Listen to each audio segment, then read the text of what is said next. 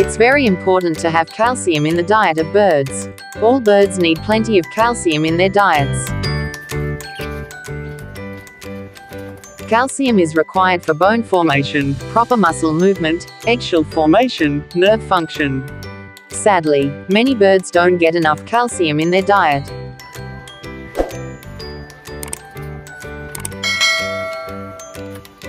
Symptoms of low birds' calcium: heart disorders, loss of balance, feather plucking, poor eggshell formation, poor bone health, muscle weakness, difficulty in climbing cage walls, unhealthy heart. Calcium is more important for specially laying females.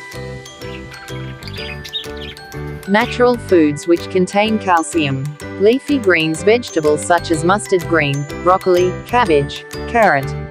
Seeds and nuts such as sesame seeds, flax seeds, pumpkin seeds, almonds and walnut.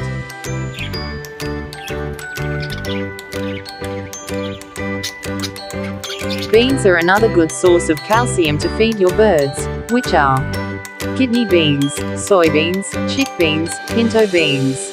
Only feed them when cooked. Raw beans are slightly toxic.